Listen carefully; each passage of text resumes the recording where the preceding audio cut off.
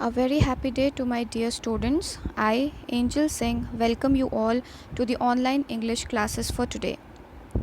Children, we will continue with the same chapter, that is verbs and its kind, and the second part of the chapter includes your incomplete verbs, subjective and objective complements, helping and main verbs. First, coming to the incomplete verbs, read the sentences properly. The child looked, our teacher was, the bottle is, the shopkeeper seemed. These all sentences seem incomplete to us. So these verbs, they do not express the action or possession. They require some other words to complete their meaning or to complete their sense. Now when we complete them, it seems like the child looked happy, our teacher was angry because of our behavior, the bottle is clean, the shopkeeper seemed tired. So the words happy, angry, clean and tired, they are used to complete the sense of the sentence. Hence they are known as complements. Therefore the verbs like is, am, are, was, were, will be, shall be, appear, seem, look, smell, taste, turn are incomplete verbs. Or we can say them that they are helping verbs or auxiliary verbs also. Coming to your subjective and objective complements, we have studied that complements are those words which complete the meaning of the verb.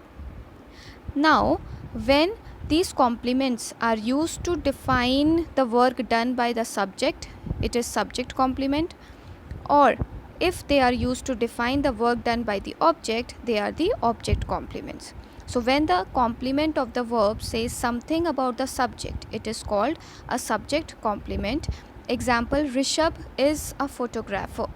Rishabh is your subject, is the incomplete verb, and photographer is your complement. Now this complement photographer tells us about Rishabh, that is the subject. So this is your subject complement.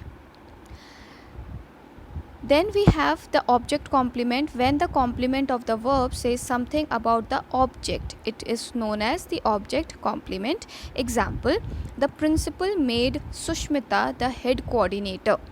The principal is your subject, made is your verb, Sushmita is the object, and head coordinator is your complement. Now this head coordinator is used to define Sushmita. Who is appointed as the head coordinator? The answer is Sushmita, and we know that Sushmita is object here. So this head coordinator will be your object complement. Alright. Then we come to your helping verbs and the main verbs. Helping verbs, they are also known as the auxiliary verbs, and they are used along with the main verb to form different tense and the passive forms. So basically these helping verbs, when they are joined with the main verb, they help us to identify the tense of the sentence. For example, I am going. I is your subject, am is your helping verb, and going is your main verb. Okay, since going is in your present participle, so we can tell that if am is used here, then it will be your present continuous tense. Alright.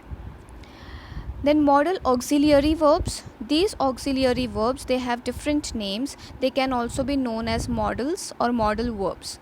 Modal auxiliaries or modal helping verbs.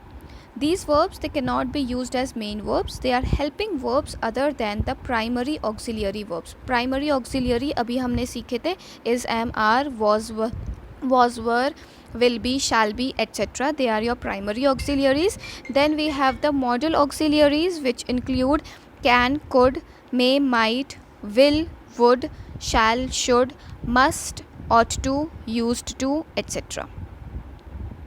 We have finite and non-finite verbs.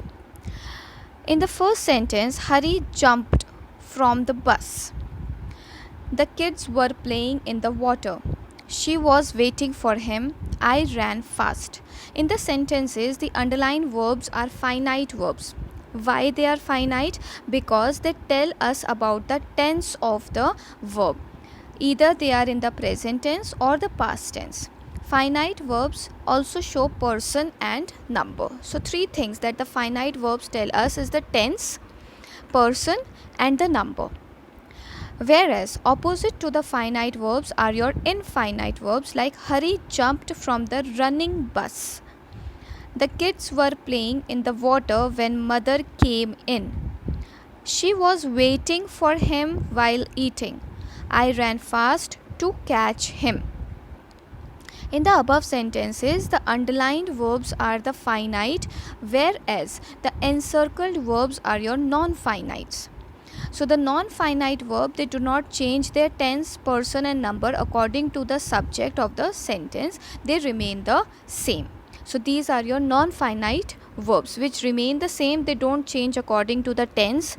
They don't change according to the number or the person. So that is it for this chapter, children. I hope you understood it well. We studied today the incomplete verbs, the object complement, subject complement, modal auxiliaries, your main verb and the helping verb. And we also studied about the finite verbs and the non-finite verbs. So I hope, children, you enjoyed the video. Thank you so much. God bless you all.